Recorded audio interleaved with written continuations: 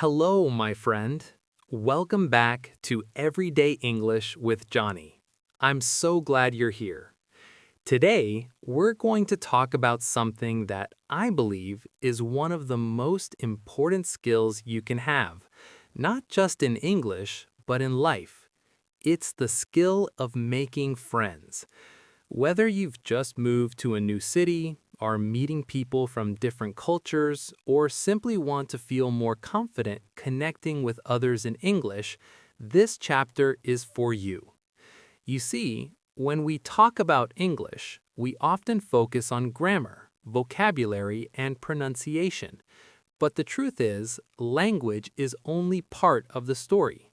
The real magic happens when you start using English to connect with people, to make them feel welcome, to share moments, ideas, and laughter.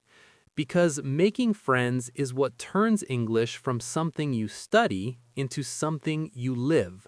So, let's take a deep breath, relax, and think about the first step toward making friends, one English sentence at a time. Part 1. Picture the scene. Imagine this. You're sitting at a café, enjoying your drink. There's a warm, gentle buzz around you. People are talking in small groups. You overhear a conversation about a new movie. You're listening to the words, and something inside you says, I want to be part of that conversation. But then, a little voice in your head says, wait, what if I say something wrong? What if they don't understand me? That's the moment I want to help you with. The moment when English becomes a bridge from being alone to connecting with others. So, you take a deep breath, you smile, and you say something simple. Excuse me, I heard you talking about the new movie. Is it good? That's it. That's the magic moment. And here's the truth. Making friends in English is about being brave enough to speak. It's not about perfect grammar or perfect pronunciation. It's about courage, connection, and warmth. Part 2. My making friends moment. Let me tell you about one of my first experiences with making friends in English. A few years ago, I was visiting a new city. I was in a cafe, sitting by the window, watching people outside. I had been in the city for a couple of days and I hadn't really met anyone yet, so I felt a bit lonely. But then something happened. A man walked in and he sat down at the table next to mine. He had a big backpack and a camera with him. He smiled at me and said, Hey, I like your jacket. Where did you get it? I was surprised. At first, I didn't know what to say. But then I realized he was the one starting the conversation. He was the one taking the first step. I smiled back and said, Thanks, I got it at a shop downtown. What about you? Where are you from? And just like that, we started talking. We talked about travel, food, our favorite places in the city, and everything in between. We laughed about funny stories, and by the end of the conversation, we had made a real connection. It wasn't about knowing the perfect words. It was about making the first move, showing curiosity, and being friendly. That moment taught me something important. Making friends in English is just like making friends in any language. It starts with a smile, a question, and the willingness to share something about yourself. Part 4. Why making friends in English matters. Now, you might be wondering, why is making friends in English such a big deal? Well, think about it. Making friends is how you build real connections with the world around you. It's how you practice English in a natural, comfortable way. It's how you get to share your thoughts, your dreams, your ideas with people who understand you, or at least are willing to try. But it's not just about language. It's about feeling comfortable enough to open up. It's about being yourself.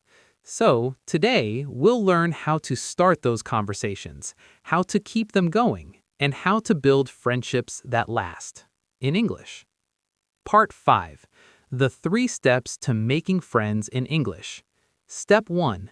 Start with a simple question. The easiest way to start a conversation is by asking a simple question. This could be something about the environment you're in, something you've noticed, or even a compliment. Here are some examples. Excuse me, I couldn't help but notice your book. What's it about? Hi, I love your jacket. Where did you get it? Do you know any good places to eat around here? You don't need to make it complicated. Just start with a simple question, something that opens the door to a conversation. Let's practice.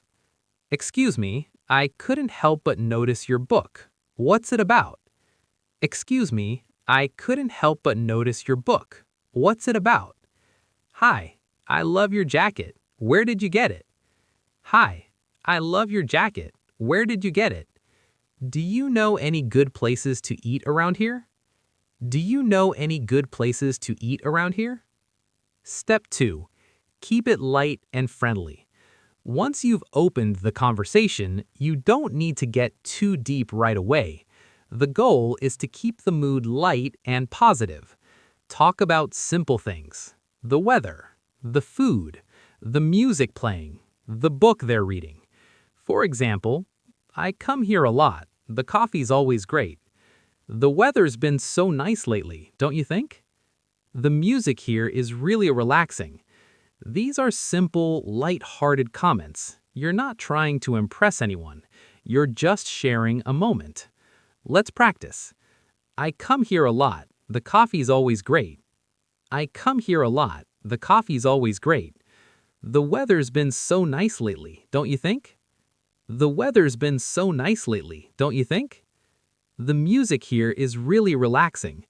The music here is really relaxing. The music here is really relaxing. The music here is really relaxing. The music here is really relaxing. The music here is really relaxing. The music here is really relaxing. The music here is really relaxing. Step 3. Be genuine and curious. To make real friends, you need to be genuine. Show interest in the person. Ask about their thoughts, feelings, or experiences. People love to talk about things they care about, so be curious. You could ask, "So, what's your favorite place in this city? What's something you're really passionate about? What do you like to do in your free time?" Let's practice. So, what's your favorite place in this city? So, what's your favorite place in this city? What's something you're really passionate about? What's something you're really passionate about? What do you like to do in your free time? What do you like to do in your free time? Part 5. Replay the scene, solo version.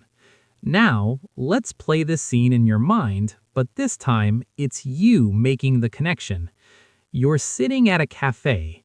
You see someone sitting across from you. They're reading a book. You smile at them and say, "Excuse me, I love that book. What's it about?" They look up and smile back. They start talking about the book. You ask a few more questions, and soon enough, you're chatting away. You laugh about funny parts of the book. You both share your favorite authors. You both talk about how much you love coffee.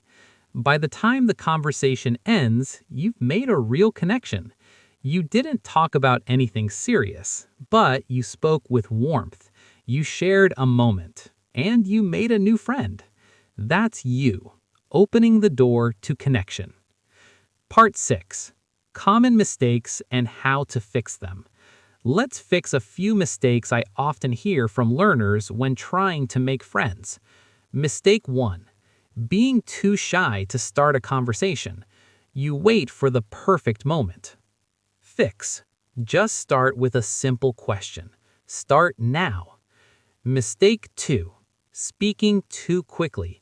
You try to say everything all at once. Fix. Slow down. One sentence at a time. Mistake 3. Trying to impress too much. You feel like you need to sound perfect. Fix. Be genuine. People appreciate real conversations, not perfect ones. Mistake 4.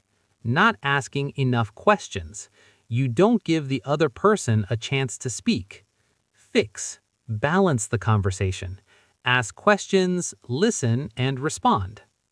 Part 7. Shadowing practice. Let's practice some sentences to get you into a natural flow. Repeat each line twice. Excuse me, I love that book. What's it about? Excuse me, I love that book. What's it about? What's your favorite place in this city? What's your favorite place in this city?